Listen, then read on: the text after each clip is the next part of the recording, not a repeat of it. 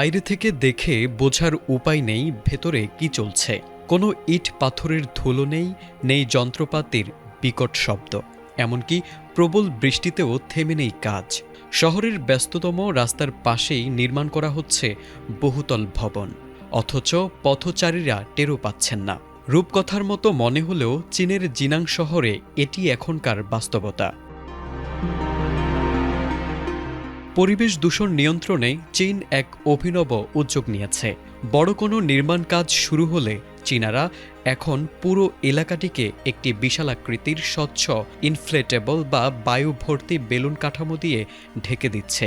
চীনের পররাষ্ট্র মন্ত্রণালয় জানিয়েছে, এই ডোমটি প্রায় 50 মিটার উঁচু এবং 20,000 বর্গমিটার এলাকা জুড়ে বিস্তৃত।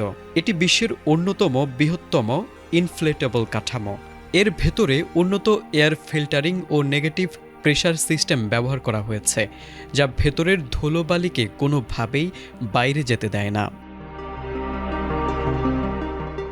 এই বিশালাকার বেলুনটি শুধু দূষণই ঠেকায় না, বরং এটি এখন আয়ের একটি বড় মাধ্যম।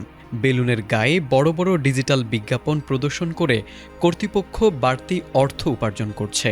বেলুনের ভেতরে রয়েছে কৃত্রিম ভেন্টিলেশন ব্যবস্থা।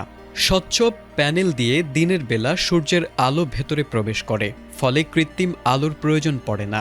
বাইরের ঝড় বৃষ্টি ভেতরে কোনো প্রভাব ফেলতে পারে না বলে শ্রমিকরা বিরতিহীনভাবে কাজ চালিয়ে যেতে পারেন। সম্প্রতি সামাজিক মাধ্যমে এই এয়ারডোম স্থাপনের একটি ভিডিও ভাইরাল হয়েছে। সেখানে দেখা যায় সূর্যোদয় থেকে সূর্যাস্তের মধ্যেই বিশাল এই কাঠামোটি পূর্ণ আকৃতি ধারণ করছে।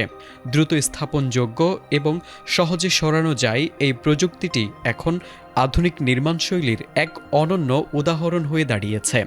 বিশেষজ্ঞদের মতে, ঘনবসতিপূর্ণ শহরে পরিবেশ বজায় রেখে কিভাবে নির্মাণ কাজ চালাতে হয়, চীন এই প্রযুক্তির মাধ্যমে বিশ্বকে চোখে আঙুল দিয়ে দেখিয়ে দিচ্ছে।